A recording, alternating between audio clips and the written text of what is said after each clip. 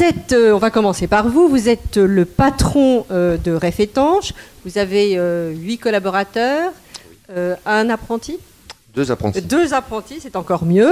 Et vous avez obtenu en 2014 la charte qualité. Alors on en parlera tout à l'heure si vous le voulez bien, mais pour l'instant, présentez-vous. Quel chef d'entreprise êtes-vous ? On essaie d'être un chef d'entreprise dynamique. Ça fait, cette entreprise est suite à la retraite de mon père avec qui la retraite en 1995. Et donc vous avez repris l'entreprise familiale. Et j'espère bien retransmettre aussi à mon fils et peut-être à mon gendre qui sont dans l'entreprise. Ils travaillent déjà avec vous ? Qui travaillent avec nous, et qui travaillent avec moi et qui sont au CFA à Trappes en bac pro et l'autre en BTS enveloppe bâtiment. Des futurs apprentis ? À l'avenir, oui. Parce que je ne regrette pas d'avoir fait ce choix. En place, c'est un bon biais pour avoir des gens compétents assez rapidement. Et à partir du moment où ils sont bien entourés, ça ne peut que fonctionner. Victoria Pardo, vous, votre patron, en fait, c'est votre mari. C'est ça. Vous êtes diplômé ADEA. ADEA, ça signifie, je vais lire parce que je pense que moi aussi, je ne savais pas encore il y a quelque temps, assistant dirigeant d'entreprise artisanale. Donc vous avez eu ce diplôme il y a 1 an maintenant. Oui. Donc vous avez quand même un certain recul. Alors dites-nous qui vous êtes aujourd'hui dans l'entreprise et pourquoi vous avez fait ce choix. On en reparlera peut-être plus en détail tout à l'heure du choix de l'ADEA. Donc je suis assistante collaboratrice. Et on a créé une société il y a maintenant mars. Ça fait 10 ans. On a créé en mars 2005. C'est une toute jeune société. Alors. Oui. Et on a formé déjà 4 apprentis, dont un qui finit son cursus cette année. Donc on va reprendre en septembre, un autre. La plupart font le choix de partir plus loin, de voir d'autres horizons. Et nous avons formé aussi nos 2 fils. Un jour qui reviendront dans l'entreprise pour reprendre la suite. Ils ont fait la DEA aussi ou pas ? Non, pas du tout. Ils sont trop jeunes. Alors, Yves Condassamy, en quoi consiste ce diplôme qui est reconnu, il faut bien le dire, c'est un diplôme reconnu par l'Éducation nationale. Je ne suis pas sûre que votre micro soit ouvert. Prenez celui de Victoria. Donc voilà, l'ADEA, assistant de dirigeant d'entreprise artisanale, c'est une formation diplômante de niveau 4, donc équivalente au baccalauréat. Et pourquoi cette formation ? Parce qu'on constate que 60% des conjoints d'artisans exercent une activité au sein même de l'entreprise et sont souvent à l'interface entre l'entreprise et les interlocuteurs différents, que ce soit les clients ou les fournisseurs, mais également le banquier, l'expert comptable, l'assureur. Donc, c'est une formation qui est pratiquement tournée que vers ou les enfants des chefs d'entreprise ou les femmes des chefs les femmes. C'est destiné aux conjoints collaborateurs, oui. À partir du moment où on a en plus le statut de conjoint collaborateur, la formation est prise en charge également par le conseil de la formation. Et la durée ? La durée, en fait, on est... Alors, pour permettre à la personne de pouvoir continuer à exercer l'activité au sein de l'entreprise, on a une formation qui se fait sur 1 journée par semaine et du coup qui est étalée sur 2 ans. Donc soit au total 70 jours de formation. Donc puisqu'on parle de territoire, c'est une formation qui se passe bien évidemment sur le territoire où est installée l'entreprise. Alors, les formations se font ici au sein de la Chambre de métier, à Cergy. Donc ici, par exemple, chez Monsieur Perrault, c'est dans les locaux de la Chambre de métier, en fait. Le formateur vient à la Chambre de métier et donc on a 4 modules de formation. Les 4 modules qui sont nécessaires pour pouvoir avoir une bonne gestion de l'entreprise. Alors c'est quoi ces modules ? La communication, fiscalité, voilà. La communication, c'est essentiel pour que l'entreprise puisse bien s'intégrer finalement dans l'économie locale, pour pouvoir avoir un bon relationnel avec les acteurs et les partenaires locaux et leurs clients. Il y a le module de gestion également, qui permet d'acquérir les compétences en matière de fiscalité, de droit, de gestion L'environnement financière. juridique, finalement, Voilà. économique et juridique. Voilà. Ensuite, on a le module bureautique. Donc là, c'est pour faciliter le quotidien, les tâches administratives. Et puis le dernier module, le module stratégie commerciale, qui permet à l'entreprise d'avoir une aide sur son orientation. Je vais vous poser la question qui fâche, c'est cher?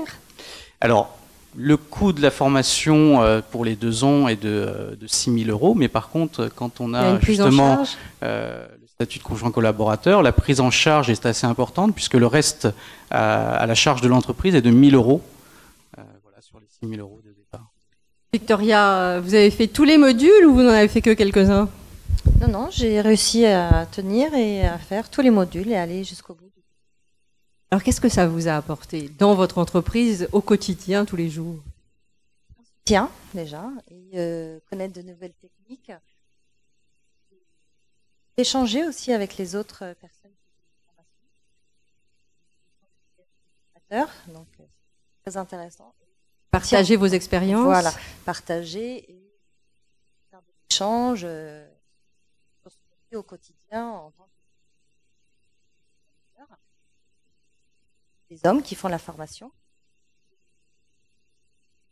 Est-ce que vous avez l'impression que vous avez une meilleure gestion aujourd'hui de l'entreprise grâce à cette formation? Enfin, en tout cas, que vous participez à la gestion d'une façon plus performante, j'allais dire. Plus performante et aussi l'implication est différente puisqu'on a quand on commence, en tout cas pour ma part, quand j'ai commencé dehors et avec mes propres connaissances de départ. La DEA m'a permis d'acquérir d'autres connaissances, d'épanouir aussi et de me rassurer sur mes compétences de la gestion de l'entreprise. Épanouir et vous rassurer. Vous avez gagné, vous avez l'impression d'avoir gagné en reconnaissance et en légitimité? Oui, finalement, le regard des autres aussi différent maintenant. Peut-être que de se sentir sûr de soi, ben on projette une image différente.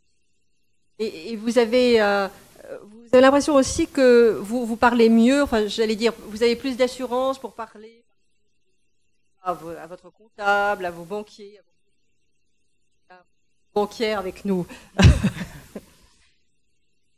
Parce que c'est pas facile de parler quand même avec son banquier. Effectivement, c'est pas facile. Bon, je vois, pour le moment, on n'en a pas trop besoin. Mais au niveau en plus de connaissances, au niveau de la comptabilité, c'est de quoi on parle aussi. Transmettre le comptable, maintenant on sait de quoi on parle, de quoi il parle et ce que ça apporte, etc.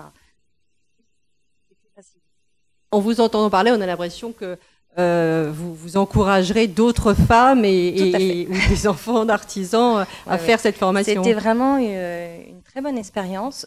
C'est pas facile parce que 2 ans, ça peut paraître long. Il y a quand même des devoirs à faire. Donc on retourne un petit peu à l'école et le fait qu'on ait un groupe et de même niveau, de même orientation, s'aide. Il y a de l'entraide au sein de la chambre de métier. C'est une reprise d'études là pour vous? Oui, oui, je me suis ressentie partir un peu à l'école. Au départ, les premières séances très fatigantes parce que se retrouver comme à l'école, c'était très loin tout ça. Puis très vite, vous avez compris l'utilité et puis très vite, on s'adapte, j'imagine. On s'adapte, oui. Et puis les formateurs aussi s'adaptent à nous. Donc vous êtes bien entouré. Comment vous avez connu cette formation? Par hasard, c'est en venant à la chambre autre chose et j'ai vu cette formation. Je me suis renseignée et c'était un moment de ma vie où j'avais des je ressentais un manque de tâches dans l'entreprise. l'emploi et Donc ça vous a aidé. oui. Ça vous a aidé vous personnellement, mais ça a aussi aidé l'entreprise. Dominique, vous avez des gens dans votre entreprise qui ont fait... Non. Vous la connaissiez cette formation avant? Je ne la connaissais pas. Est-ce que ça vous tente en écoutant Victoria? Justement, en écoutant Victoria tout à l'heure avec mon épouse qui est là, on en a un petit peu discuté et ça me semble très intéressant. C'est dommage que je n'ai pas eu connaissance bien avant parce que bon, maintenant pour moi ça peut être un petit peu tard, mais bon, j'ai... Et vos enfants? Pour les enfants. Pour la retransmission. Alors vous, en revanche, vous avez fait appel à un autre dispositif qui aide les entreprises et les artisans sur le territoire, c'est la charte qualité. Alors, Yves Cogent-Kadassamy, non, pardon, je reprends, Cogent-Dassamy, excusez-moi d'avoir écorché votre nom. Expliquez-nous de quoi il s'agit exactement de cette charte qualité. C'est vous qui l'avez mise en place dans le Val d'Oise. En quoi ça consiste? Oui, on a mis en place cette action charte qualité pour la première fois dans le Val d'Oise sur la partie est, sur le territoire de Roissy, Porte de France. C'est un outil en fait d'amélioration continue pour les artisans qui est adapté en plus à l'artisanat puisqu'il a été créé. Quand vous dites un outil, ça veut dire c'est un outil de développement? C'est en fait c'est à la fois un outil, une démarche d'accompagnement. Donc on accompagne en fait avec un audit au sein de l'entreprise réalisé par un chargé de développement économique de la Chambre de métiers. Donc il va voir l'entreprise et puis on va identifier donc 4 thématiques sur la gestion clientèle, l'accueil, l'organisation de l'entreprise, les aspects hygiène, sécurité, environnement et puis recevoir finalement de l'entreprise. Et avec à peu près une centaine de questions, on va pouvoir apporter des pistes d'amélioration, donc avec une réflexion pour le chef d'entreprise. Et si d'ores et déjà le chef d'entreprise a déjà une bonne gestion sur ces 4 thématiques, il peut obtenir le label charte qualité. C'est ce qui a été le cas pour vous, voilà. Dominique Touche. Alors, ça, finalement, c'est gagnant-gagnant. Ça répond à la fois aux attentes des clients et aux besoins des entreprises. Voilà, il y a à la fois l'aspect accompagnement de l'entreprise pour s'améliorer, mais également pour l'entreprise valoriser cette démarche auprès de sa clientèle, puisqu'on met à disposition des outils de communication ensuite avec le logo, avec des vitrophanies qui permet à l'entreprise de communiquer auprès de sa clientèle sur cette démarche. Alors Dominique, ce label de référence, est-ce que ça a changé la performance de votre entreprise? Ça a apporté un petit plus quand même, parce que bon, quand on présente un label de qualité, le premier point, c'est car vous mettez, quand vous envoyez un devis, vous mettez toujours votre label. Et ils savent ce que c'est, ils vous posent des questions? Il y en a qui savent, il y en a qui savent pas, et donc ils prennent des renseignements. C'est quoi Alors vous leur cette dites charte? quoi? Alors, on leur explique, bon, depuis toutes ces années qu'on sur le terrain, donc bon, on a été par rapport à l'expérience qu'on a, ce label de qualité, ce qui valorise aussi un petit peu l'entreprise. Donc à la fois ça vous rapproche de vos clients, ça crée une nouvelle communication avec eux? Oui, au niveau de l'information, oui, parce que bon, il y en a qui ne connaissent pas, donc on leur explique, et puis je pense que ça rassure. Oui, donc ça modifie à la fois votre image de qualité et de proximité. Et est-ce que c'est important d'avoir un regard extérieur sur son entreprise? Parce que vous parliez, Yves, d'audit interne. J'imagine que la première fois qu'on vous a parlé d'audit interne, ça vous a pas fait peur? Je me demandais un petit peu ce que c'était. Oui, alors après, j'ai eu le monsieur qui est venu, donc après, bon, on a mis les éléments à disposition pour voir un petit peu la fiabilité de l'entreprise, et puis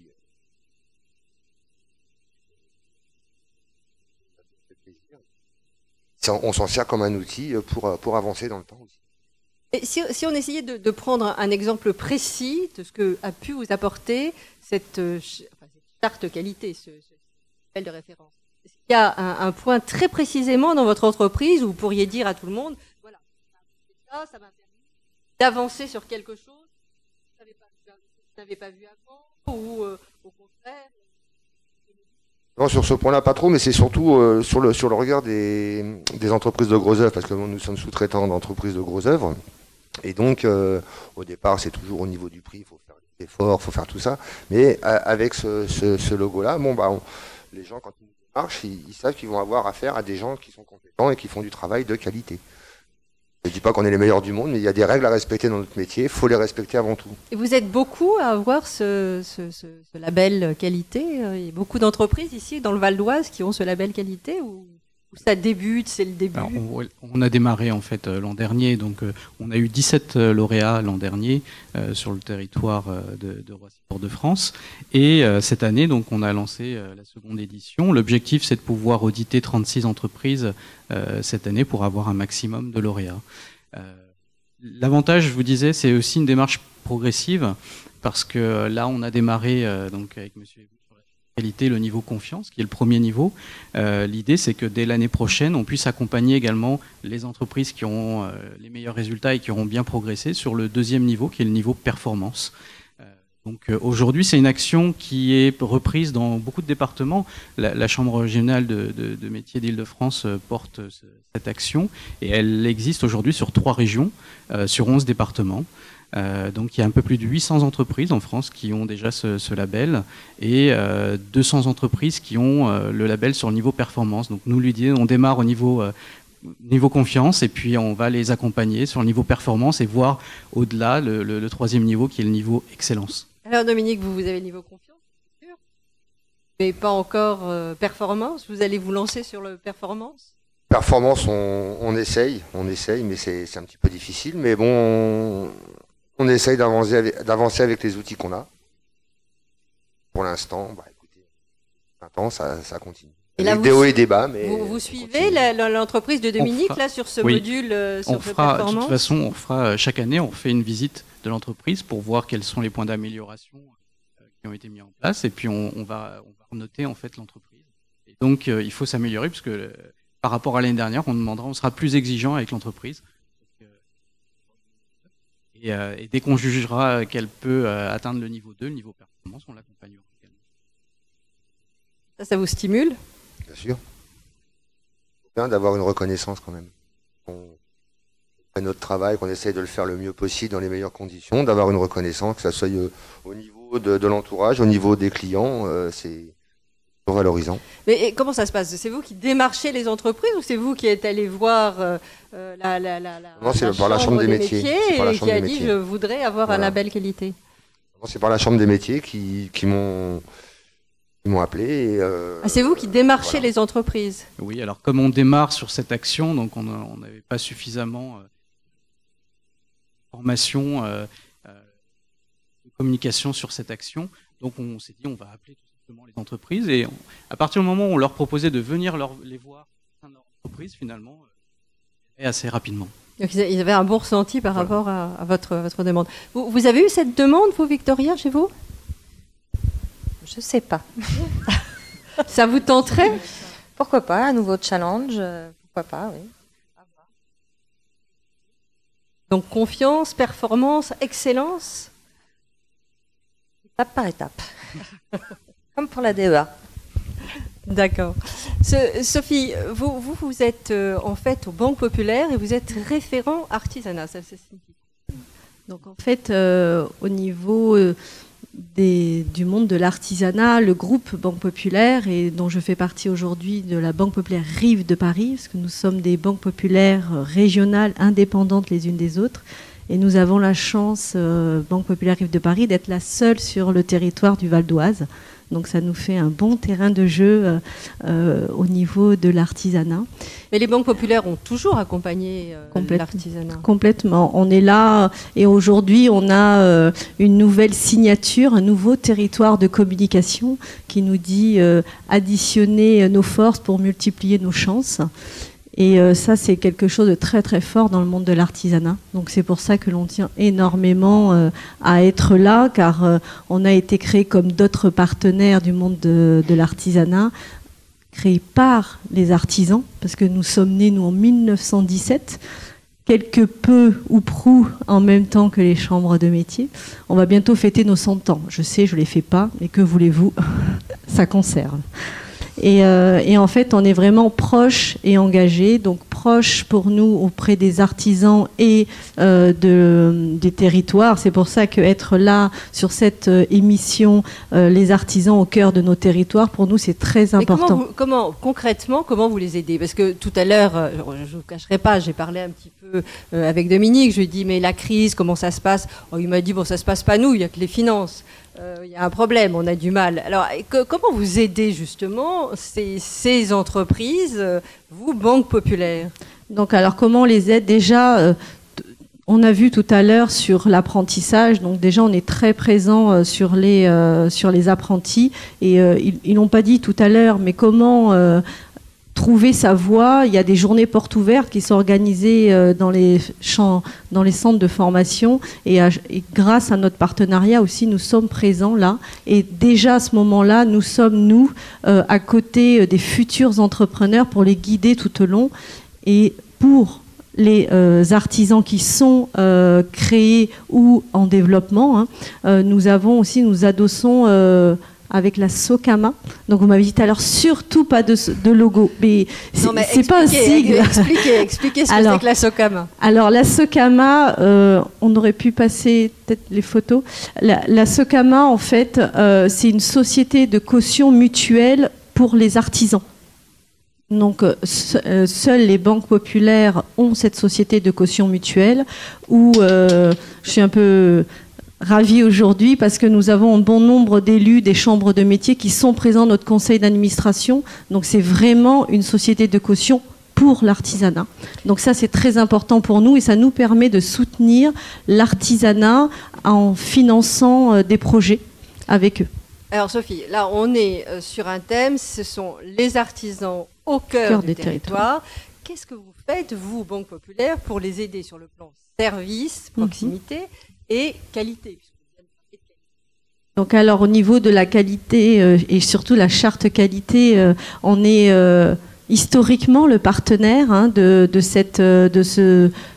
cette charte qualité-là qui a été créée il y a maintenant un peu plus de 10 ans dans un des départements de l'Île-de-France qui aujourd'hui est moteur et ça permet de pouvoir, comme l'a dit Yves tout à l'heure, de pouvoir le démultiplier auprès des autres départements car c'est très important pour nous que l'on puisse être présent pour augmenter et tirer nos artisans vers le haut et vers l'excellence. Ça, c'est très important pour nous.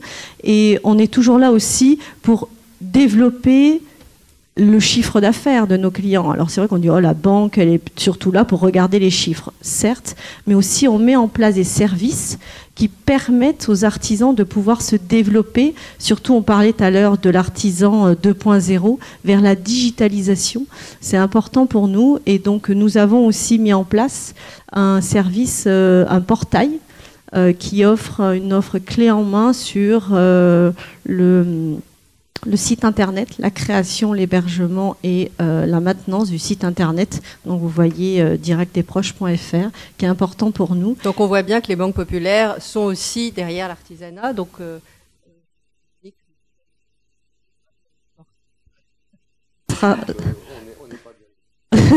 alors bon, on a bien compris que de toute façon toutes ces aides, que ce soit qualité ou bien que ce soit la formation, aider toutes ces entreprises à rester sur leur territoire. Il ne faut pas oublier que l'artisanat, c'est 1 million d'entreprises, 1 million d'entreprises artisanales qui créent sur les territoires à la fois du lien social, à la fois des emplois, à la fois de la qualité de vie, ça c'est important, et puis surtout qui permettent aux jeunes qui veulent rester dans leur village ou dans leur région, qui leur offrent un avenir. Voilà, merci beaucoup, merci à tous.